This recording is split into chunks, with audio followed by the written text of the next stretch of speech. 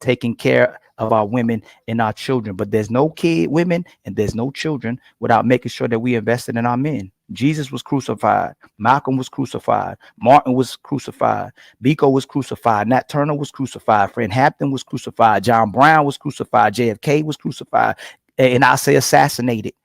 Gandhi was assassinated. Great men and great leaders that built this world, that supported us, that make the whole infrastructure one, and great people that we look at as males, who even now stand for the people in righteousness, have their characters assassinated, and the people watching do nothing.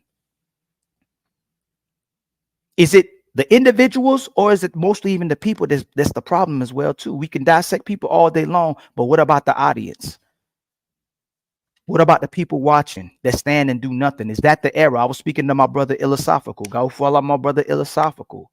We was dissecting something today. Are we in the age where we have to be the saviors and the monsters at the same time? But when are you going to do something about it?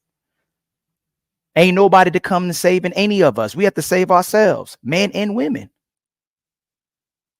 When are you going to do something about it? This is the age of you doing something about it. All these martyrs, but that came before us, whether they women, whether they men, whether even they kids, whoever put up their life for us to have a better life, all these artists and celebrities that came before us, before this era, they gave their lives for us to be better people. And then the whole becomes the saviors and the monsters when it's necessary. We can't rely on two people to save the whole world while we watch and think we can just do whatever we want to do. That's the problem I have with certain books. That's the problem that I have with that complex, with the martyr complex, with the savior complex. One person isn't enough.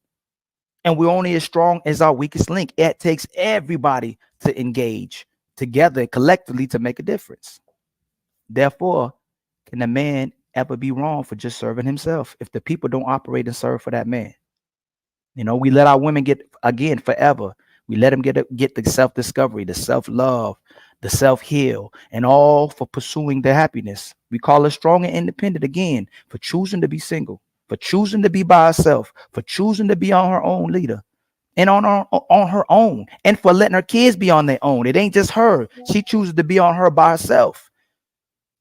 But we shame men and we crucify men that are by themselves and built themselves.